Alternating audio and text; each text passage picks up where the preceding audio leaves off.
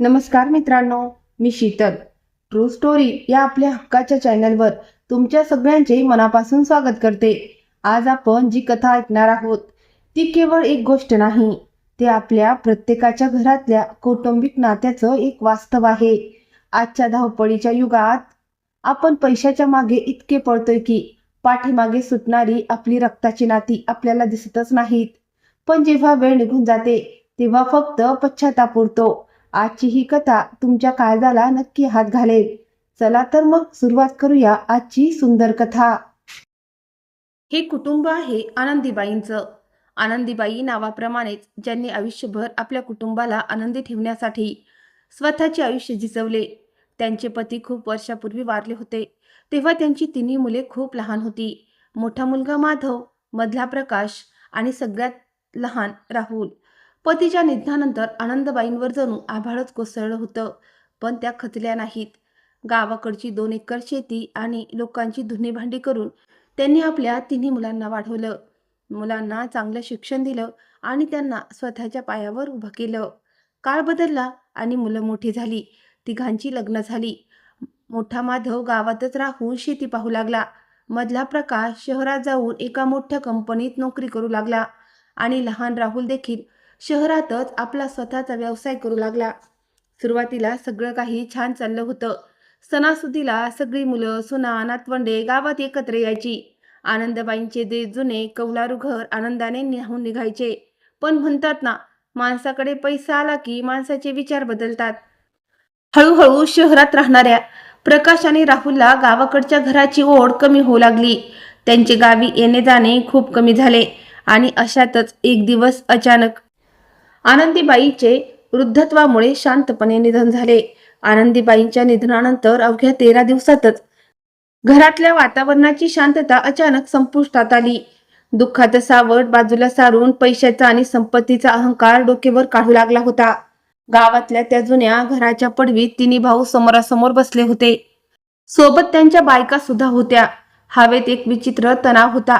कोणीच एकमेकांकडे पाहत नव्हतं. सगळ्यात आधी मधला भाऊ प्रकाश बोलला, "बघ दादा, आई तर आता राहिली नाही. आता या गावाकडच्या घराचा आणि शेतीचा काय उपयोग? आपण हे घर आणि शेती विकून टाकूया. जो काही पैसा येईल तो आपण तिघात सारखा वाटून घेऊ." मोठ्या माधवच्या डोळ्यात पाणी आलं. तो म्हणाला, "प्रकाश, अरे, आईला जाऊन अजून 15 दिवसही झाले नाहीत आणि तुम्ही जमिनीच्या वाटण्या करायला निघालात. हे घर म्हणजे आपली आई आहे रे. आईच्या आठवणी आहेत इथे. हे घर विकू नका." यावर लहान भाऊ राहुल चिडून म्हणाला, "दादा, भावनिक होऊन पोट भरत नाही. आम्हाला शहरात पैशाची गरज आहे. मला माझ्या व्यवसायासाठी भांडवल हवे आहे आणि प्रकाश दादाला सुद्धा नवीन फ्लॅट घ्यायचा आहे. तुम्ही वर्षानुवर्ष या शेतीचे उत्पन्न स्वतःकडेच ठेवले आहे. आम्हाला कधी काय दिलं?"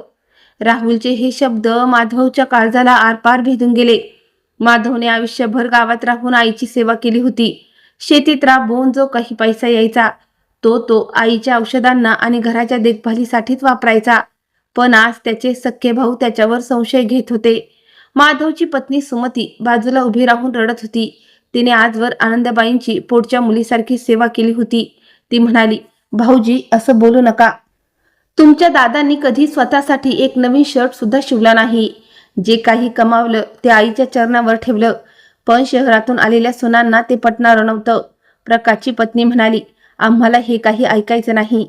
आम्हाला आमचा हिस्सा पाहिजे. जर घर विकायचं नसेल तर आमच्या वाटणीचे पैसे तुम्ही आम्हाला रोख द्या. नाहीतर आम्ही कोर्टात जाऊ." कोर्टाचे नाव ऐकताच माधवच्या पायाखालची जमीन सरकली.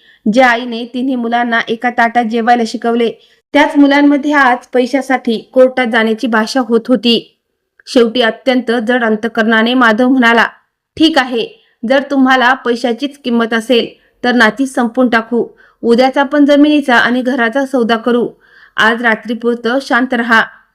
त्या रात्री घरातल्या कोणाच्याच डोळ्याला डोळा लागला नाही. प्रत्येक जण आपापल्या खोलीत जागा होता.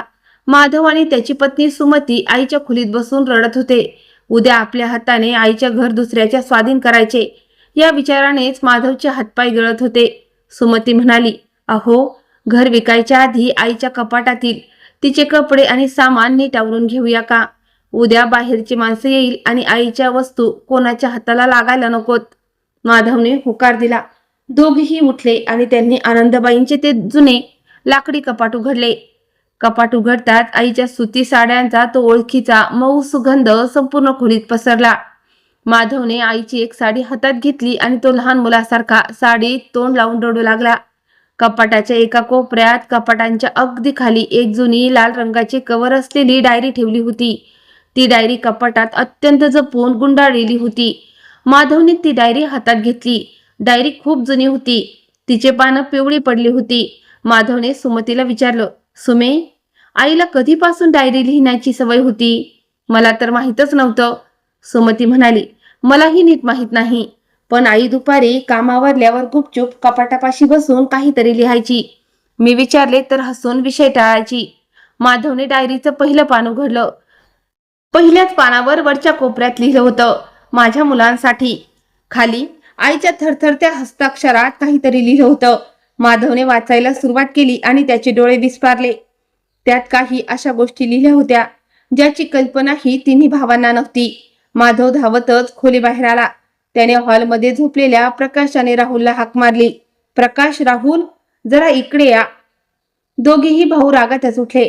राहुल म्हणाला, काय झालं दादा? रात्रीच्या वेळी का झोप मोड करतोयस? माधवच्या हातात ती डायरी होती. तो म्हणाला, हे बघा, आईचे सामान आवरताना ही डायरी सापडली आहे. आईने यात आपल्या तिघांबद्दल काहीतरी लिहिलं आहे. जमीन विकायची का नाही हा निर्णय उद्या होईल, पण आज रात्री माझ्या शेजारी बसा आणि आईनं काय लिहिलं आहे ते एकदा ऐका. दोन्ही भाऊ नाईलाजाने माधवच्या शेजारी चटईवर बसले. रात्रीची शांतता पसरली होती.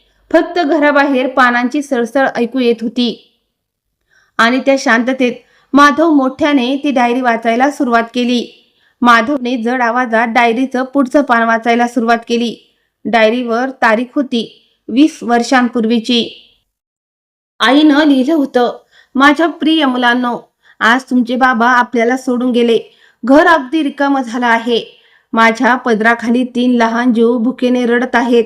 घरात खाण्यापिण्यासाठी धान्याचा एक दाणाही नाही. आज दिवसभर लोकांनी मला टोमणं मारलं की एक बया माणसाला हे 3 सुबाळ कसे सांभाळता येणार. लोक म्हणत होते की मुलांना अनाथ आश्रमात टाकून दे, पण मी मनाशी पक्क ठरवलं, माझ्या रक्ताला मी कधीच अंतर देणार नाही. मी उपाशी राहीन, पण माझ्या मुलांना कधी उपाशी झोपू देणार नाही. हे ऐकताच प्रकाश आणि राहुलचे लक्ष डायरीकडे गेले. खोलीत एकदम शांतता पसरली. माधवने पुन्हा पान उलटले. त्यावर 10 वर्षापूर्वीची तारीख होती. आईनं लिहिलं होतं, आज मोठा मुलगा माधव खूप रडला. त्याचा 10वीचा निकाल होता. तो तालुक्यात पहिला आला होता. त्याला पुढे शिकायचं आहे, डॉक्टर व्हायचं आहे, पण माझ्याकडे त्याचे कॉलेजचे फॉर्म भरायला सुद्धा पैसे नाहीत. आज माधव स्वतःहून माझ्याकडे आला आणि म्हणाला, आई, मला पुढे शिकायचं नाही, मी शेती करेन. प्रकाश आणि राहुल अजून लहान आहेत, आपण त्यांना मोठे करूया. माझ्या सोन्यासारख्या मुलाने स्वतःचे स्वप्न आपल्या भावांसाठी मातीत गाडलं. तो लहान वयातच बैलाच्या मागे शेतात राबू लागला. मला माफ कर माधवा, मी एक अभागी आई आहे जी आपल्या हुशार मुलाला शिकवू शकले नाही. हे वाचताना माधवचा आवाज थरथरू लागला आणि त्याच्या डोळ्यातून घळाघळा पाणी वाहू लागलं. प्रकाशने आपले डोकं खाली झुकवलं.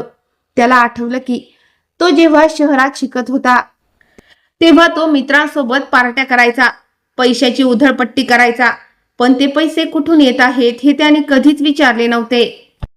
माधवने रडत रडत पुढचे पान वाचायला सुरुवात केली. आईनं लिहिलं होतं, आज माझा मधला मुलगा प्रकाश, त्याचा शहरातल्या कॉलेजमध्ये नंबर लागला, पण तिथली फी खूपच जास्त होती. घरात तर 5 रुपये सुद्धा नाहीत. मी गावातील सावकाराकडे गेले. सावकाराने जमीन गहाण ठेवायला सांगितली. मी नकार दिला, कारण जमीन गेली तर घरात खाणार काय. शेवटी मी माझ्या गळ्यातले मंगळसूत्र सावकाराकडे ठेवलं आणि प्रकाशच्या फीचे पैसे घेऊन आले. घरी आल्यावर मी गळ्याला कापड बांधून ठेवलं, जेणेकरून मुलांना कळू नये की माझ्या गळ्यात मंगळसूत्र नाही. माझी मुले शिकून मोठी झाली की मला माझे दागिने परत मिळतील, हीच एक आशा आहे. हे ऐकल्याबरोबर प्रकाशच्या अंगावर काटा आला. तो ताडकन उठला आणि म्हणाला, दादा थांब, पुढे वाचू नको. प्रकाशचे पाय थरथरत होते. तो धावतच आईच्या कपाटाजवळ गेला त्याने कपाटातील ते जुने डबे तपासायला सुरुवात केली. एका छोट्या डब्यात त्याला एक पावती सापडली. ती सावकाराची पावती होती. आईने तिचे मंगळसूत्र कधीच सोडवले नव्हते. ती शेवटपर्यंत बिना मंगळसूत्राची राहिली, कारण प्रकाशने कधी नोकरी लागल्यावर आईला पैसे पाठवलेच नव्हते.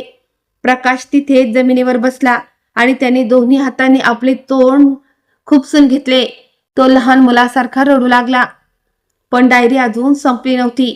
राहुल अजूनही शांत बसून होता. माधवने पुढचे पान वाचले, ज्यावर 5 वर्षापूर्वीची तारीख होती. आईनं लिहिलं होतं, आज लहान राहुलचा शहरात खूप मोठा अपघात झाला. डॉक्टरांनी सांगितलं की त्याच्या पायाचे ऑपरेशन करावे लागेल, नाहीतर तो कधीच चालू शकणार नाही. ऑपरेशनसाठी 2 लाख रुपयांची गरज होती. प्रकाशने हात वर केले. तो म्हणाला, माझ्याकडे एवढे पैसे नाहीत. राहुल तर अंथरुणावर पडून होता. तेव्हा मोठा माधव शहरात आला. त्याने आपली हक्काची 1 एकर जमीन एका रात्रीत विकून टाकली आणि राहुलच्या ऑपरेशनचे पैसे भरले. राहुल बरा झाला, पण त्याला कधीच कळाले नाही की तो पैसा कुठून आला होता. राहुलला वाटलं की त्याच्या कंपनीने विमा दिला होता, पण माझ्या माधवने भावाचा पाय वाचवण्यासाठी स्वतःची जमीन विकली होती. हे ऐकताच राहुल झटकन उभा राहिला. त्याचे डोळे विस्पारले होते. त्याने मोठ्या भावाकडे, माधवकडे पाहिलं. माधव फक्त शांतपणे डोळे पुसत होता. राहुलला आज सत्य कळालं होतं की त्याच्या पायासाठी त्याच्या मोठ्या भावाने स्वतःची जमीन विकली होती. राहुल धावत गेला आणि त्याने सरळ माधवचे पाय धरले. तो रडत रडत म्हणाला, दादा, मला माफ कर. मी खूप मोठा पापी आहे. मी पैशाच्या नशेत आंधळा झालो होतो. ज्या भावाने मला चालता यावं म्हणून स्वतःची जमीन विकली, मी त्याच भावाशी आज जमिनीचा तुकडा मागण्यासाठी भांडत होतो. दादा, हा हिस्सा मला नको. मला काहीच नको दादा. मला फक्त तुझा आशीर्वाद पाहिजे. प्रकाश सुद्धा तिथे आला. त्याने माधवला घट्ट मिठी मारली. तिन्ही भाऊ एकमेकांना धरून ढसढसा रडत होते. संपूर्ण घरात फक्त त्यांच्या रडण्याचा आवाज येत होता. सुना सुद्धा दारात उभ्या राहून रडत होत्या. ज्या पैशासाठी त्या भांडत होत्या, तो पैसा किती लहान आहे आणि या भावांचे प्रेम किती मोठं आहे हे आज त्यांना कळालं होतं. माधवने शेवटी डायरीचं पान उघडलं. हे पान आईने तिच्या मृत्यूच्या 2 दिवस आधी लिहिलं होतं. आईचे अक्षर खूप थरथरत होतं. आईनं लिहिलं होतं, माझ्या मुलांनो, मी आता थकली आहे. तुमचे बाबा मला न्यायला येत आहेत. मी या जगात असताना तुम्हाला एकत्र पाहू शकले नाही, याची मला खंत आहे. तुम्ही शहरात राहता, मोठे झालात, याचा मला अभिमान आहे. पण जेव्हा तुम्ही गावी येता तेव्हा तुमच्याच पैशावरून होणारे वाद पाहून माझं काळीज तुटतं. मला मेल्यानंतर कोणतीही संपत्ती नको आहे. मला फक्त माझी 3ही मुलं माझ्या या जुन्या घरात एकत्र हसताना पाहायचे आहेत. जर माझ्यावर थोडं तरी प्रेम असेल तर हे घर कधी विकू नका. हे घर आपली संस्कृती आहे, आपले प्रेम आहे. एकत्र रहा, सुखी रहा. तुमचीच आई. डायरी संपली होती, पण तिन्ही भावांच्या मनातील अहंकार आणि राग नेहमीसाठी संपला होता. दुसऱ्या दिवशी सकाळी त्या जमिनीचा सौदा होणार होता. तिथे गावातील लोक जमले होते. खरेदीदार सुद्धा पैसे घेऊन आला होता. पण माधव, प्रकाश आणि राहुल एकत्र चालत तिथे आले. प्रकाशने खरेदीदाराला सांगितलं, भाऊ, माफ करा. हे घर आणि जमीन आम्हाला विकायची नाही. हा आमच्या आईचा आशीर्वाद आहे आणि आईची किंमत कधीच पैशात होऊ शकत नाही. खरेदीदार निघून गेला. गावातील लोक कौतुकाने त्यांच्याकडे पाहत होते. प्रकाश आणि राहुलने ठरवलं की ते दर महिन्याला गावी येणार आणि तिन्ही कुटुंब एकत्र राहून आईच्या आठवणी जपणार.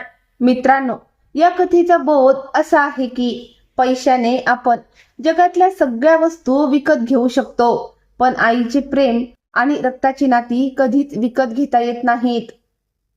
पैसा आज आहे तर उद्या नाही, पण संकट काळात फक्त आपले कुटुंबच आपल्या पाठीशी उभे राहते.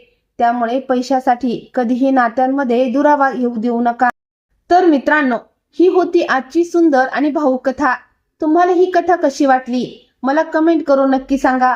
जर कथा मनाला भिडली असेल तर चॅनलला लाईक करा आणि सबस्क्राईब करायला विसरू नका. तुमच्या एका सबस्क्राईबमुळे आम्हाला नवीन पुढे काम करण्याची प्रेरणा मिळते. पुन्हा भेटूया अशाच एका नवीन आणि सुंदर कथेसह. धन्यवाद.